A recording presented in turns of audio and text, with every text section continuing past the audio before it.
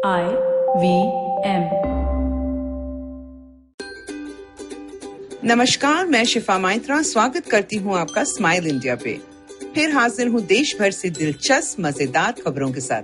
कल शनिवार है तो उम्मीद है कि आप पहले की तरह वीकेंड पे तो रिलैक्स करते हो। मैं तो अब भी संडे को संडे मनाती हूँ। अब ये खबर सुनो बिहार से, बांका जिले से।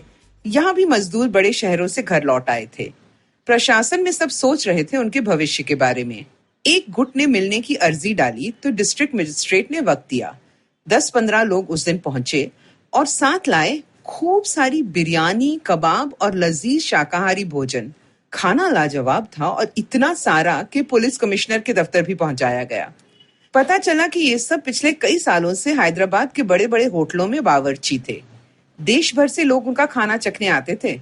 प्रशासन ने तुरंत उन्हें कुछ दावतों का ऑर्डर दे दिया। अब उन्हें स्थानीय और पटना के होटल मालिकों से मिलाया जाएगा। ये अब टेंडर भी भर रहे हैं ताकि केटरिंग का काम मिल पाए। यहाँ तो लगता है तेलंगाना ने जो खोया सो खोया, पर बिहार ने खूब कमाया। अब ये बात सुनो मदुरई की। यहाँ रहती है 13 साल की एम नेत्रा। इसके पापा का छोटा सा ब्यूटी सैलून है। लॉकडाउन में सब घर पे थे और नेत्रा देख रही थी कि उसके शहर में भी लोग लौट के आ रहे हैं। लोगों के पास खाने तक के लिए पैसे नहीं थे। नेत्रा को पता था कि उसके पापा ने बड़ी मुश्किल से कुछ पैसे जोड़े थे उसकी आगे की पढ़ाई के लिए। नेत्रा ने कहा वो पैसे दे दो इन लोगों को। माँ बाप सकते में आ गए और लड़की का रोना बंद ही ना हो। उसने खाना पीना छोड़ दिया तो बाप ने 5 लाख रुपयों से नेत्रा के हाथों उनकी मदद कराई। लोगों को बात पता चली तो तमिलनाडु के मुख्यमंत्री ने भी उसकी प्रशंसा की। फिर फोन आया यूनाइटेड नेशन से। उन्होंने नेत्रा को चुना है goodwill ambassador for the poor. पूरी दुनिया उसके नेक काम को जान गई। साथ ही उन्होंने पैसे दिए नेत्रा की आगे की पढ़ाई के लिए। अब जब भी अगला यूएन का सम्मेलन होगा जिनीवा में, नेत्रा को न्योता दिया गया है आकर बात करने के लिए। नेत्रा ने फिर साबित किया है कि दिल की बात सुनोगे तो अच्छा ही होगा। आजकल की युवा पीढ़ी सच में काबिले तारीफ है। अब अरशद को ही देख लो। 9वीं कक्षा के इस छात्र ने घर बैठे बैठे इतना बड़ा काम कर दिखाया। उसके पिता का गैरेज है जहां गाड़ियां और बाइक्स की मरम्मत होती है। अरशद रोज कारखाने में जाकर घंटों बिताता था, भंगार का सामान टटोलता था।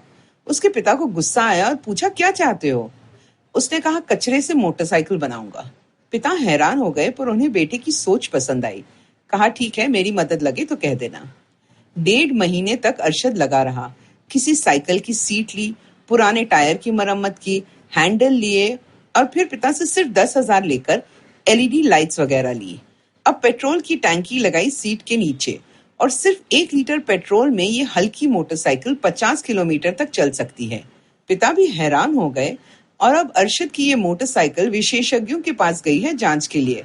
इसे कहते हैं लॉकडाउन का सही इस्तेमाल। आसाम में तो महामारी के साथ साथ बाढ़ ने भी कहर मचाई हुई है, पर इसके बीच भी एक दिल को छूने वाली बात सामने आई। यहाँ की डिब्रूगढ़ शहर के कुछ इलाकों में ब्रह्मपुत्र का पानी इस बार सड़कों को तहस नहस नहीं कर पाया। जानते हो क्यों? गौतम बरदोई यहाँ के एक नागरिक हैं जो हेरमा बरदोई पद पे रहते हैं।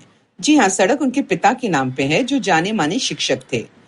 गौतम का अपना कारोबार है और उसके सिलसिले में अक्सर हांगकांग और चीन जाते रहते हैं।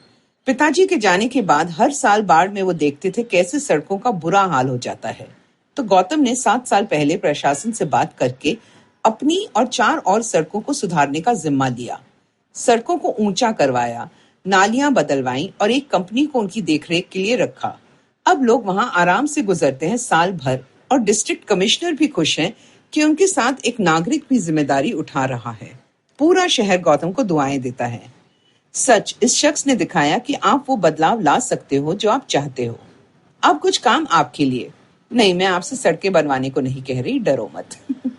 आप सिर्फ इस वक्त अपने मन का ध्यान रखें, अपनी मेंटल हेल्थ पे नजर रखें।